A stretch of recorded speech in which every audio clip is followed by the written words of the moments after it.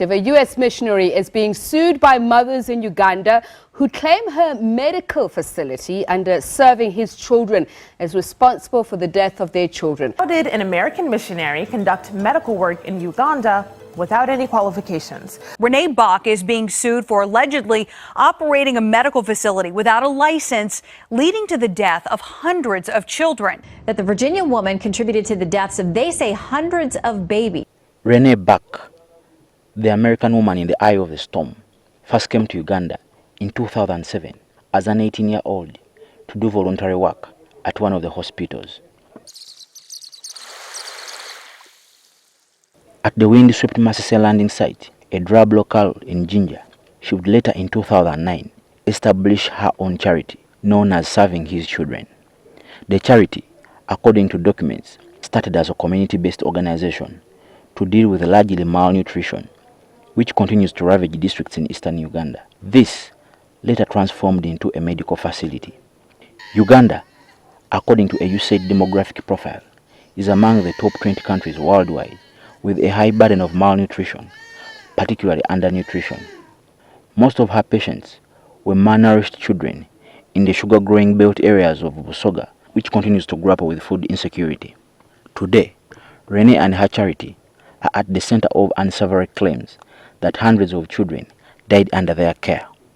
The claims are contained in a suit filed in March this year at the Jinja High Court by Women's Pro Bono Initiative on behalf of two mothers, Anit Kakai of Uikwe and Zubeda Gimbo of Namutumba district.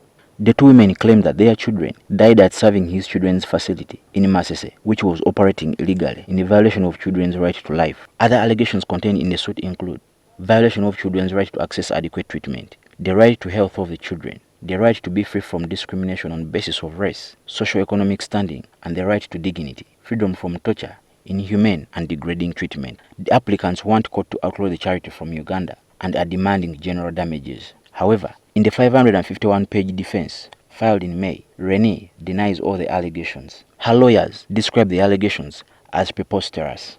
The claims of death are made by a former employee of the charity, Charles Reene, who joined the organization as a gatekeeper in August 2009 and was in 2014 elevated to the position of driver.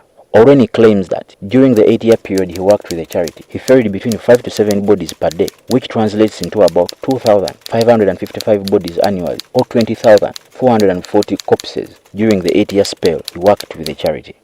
The next hearing of the case is scheduled for January next year. There are quite a few stories out of rural Uganda that have enchanted international media in recent times, like that of Renee, and especially the death claims. As the story casts a shadow on the once sleepy rhythms of the countryside, a battery of journalists have trooped into Busoga, where the story revolves, sniffing for a fresher angle.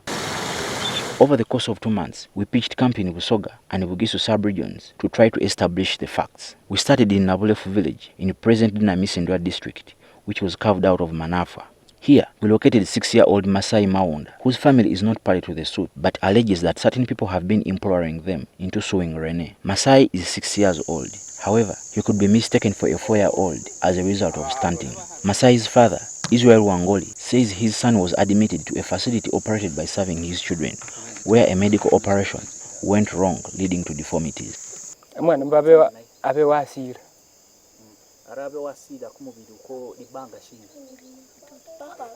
Tadisi keba kimye singa kibiti oba mutwela kwesasira kila musango mundu naribona ngo bamurola khobara barakuteni naye khutse khumulolele khubone sitilaho ari khutsa khumulolela mwana safira kumutawana. Wangol is not sure of what to do, but says he should be paid damages for the state his son is in. The family claims Masai had a minor wound, which was treated but it deepened and subsequently required skin grafting, a process where a chunk of flesh was removed from his left thigh and put on his arm at Jinja Referral Hospital.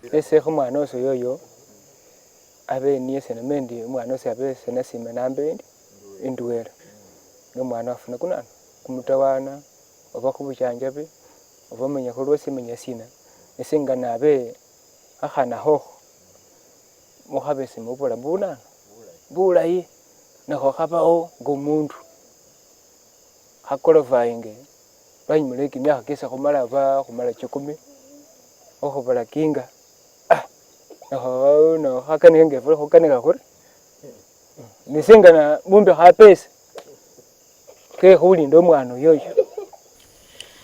Konsi Alonyo, a medical personnel who was around the time Masai was admitted, explained what happened.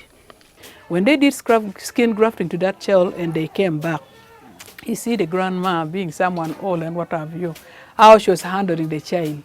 It was really a little bit like poor, because what the skin which they had put and it was like joining, she would feel that maybe that one is another foreign whatever trying to peel off. So the grandmother got tired, the real mother of Masai came.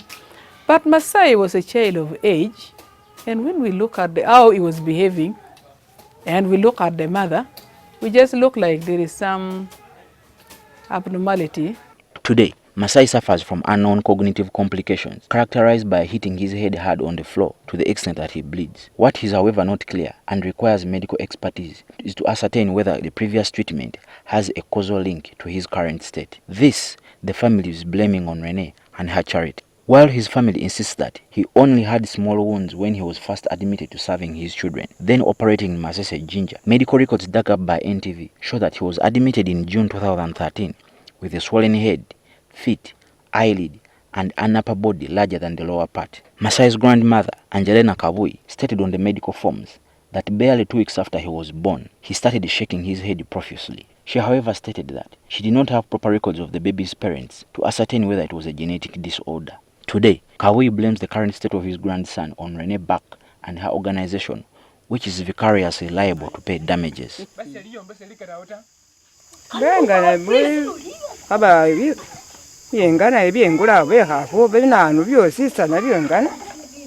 According to Dr. Emma Gahima, the in charge of Bugobero Health Center 4 in Bugobero village in Manafa district, the effects of malnutrition in the area are so adverse that some communities blame it on everything, including witchcraft. Common ones that we deal with here in Uganda, they are on the side of where there is less nutrients.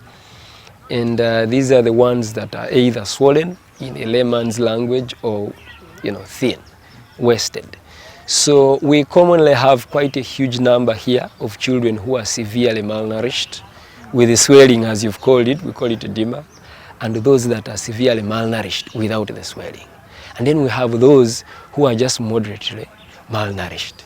Masai's story bears parallel with James Okello's 9-year daughter's ordeal. However, for Okello, it has instead turned into a nightmare after he refused to cooperate with the people he claims offered him money to falsify a testimony against Renee in the case before the Jinja High Court. When my colleague Leonard Mukooli from Daily Monitor and the videographer William Chintu visited Okello's home in Lovo village in Mayuge district, we were treated with suspicion as a mob gathered around us. Okello revealed to us why his neighbors act suspiciously upon seeing strangers.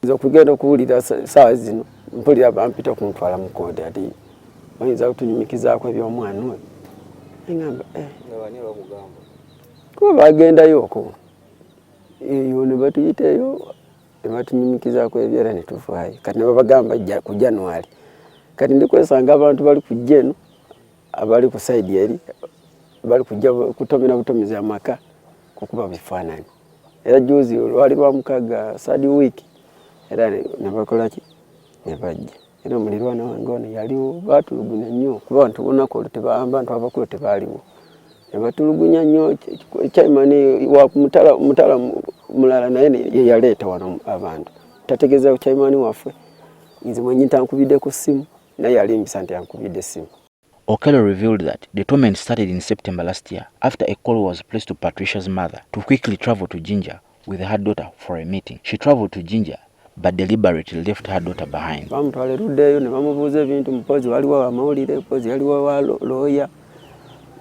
Kati nebagala ya asembere bali mugamba omwana oyo alikwe sente omwana we bamusala busazi emambe eyo bagiteka mu ice.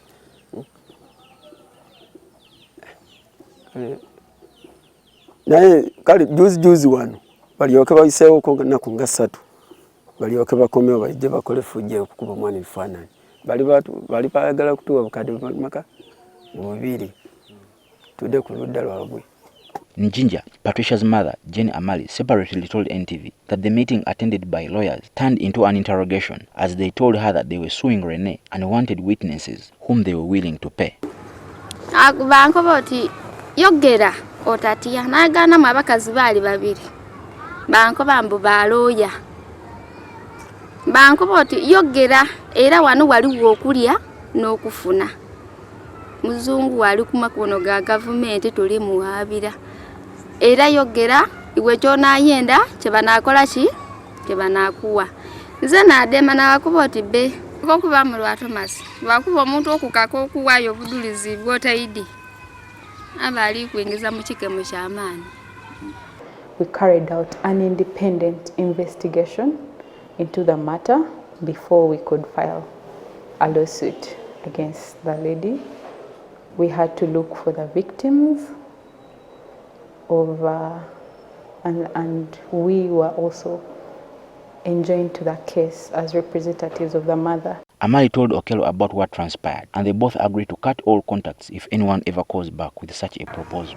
Era bakubanga isimu nga tigema naba bamusada wange yabaasa ku isimu balekera akuba erina lye basindikira ku enamba yali ya muganda wange era balondola erina paka ebatuka ya muganda wange baja paka wa Chairman yankubira isimu Chairman wankubira isimu nakoba oti nze ndinga muzungu tiyagema ku mwana wange waire mulundo ogu ndide abamwidandaba ndide amadwaliro genatambuliramu ntyaye weba bali kukobota omuzungu wange yakola omusango bene nabaidi bakuba bana baliyo ate n'amata mage bali koboti basala mwidwaliro nkiri nti bene nabaidi bakola ki ye bate enyama je basala ku mata maga mwana wange oti ayenze tijja kuida ngobo ndi kwinonula Chairman. Sometime this year, with Okello away on his routine business, a group of people sneaked into his home and attempted to forcefully photograph Patricia, but they were overwhelmed by the neighbors.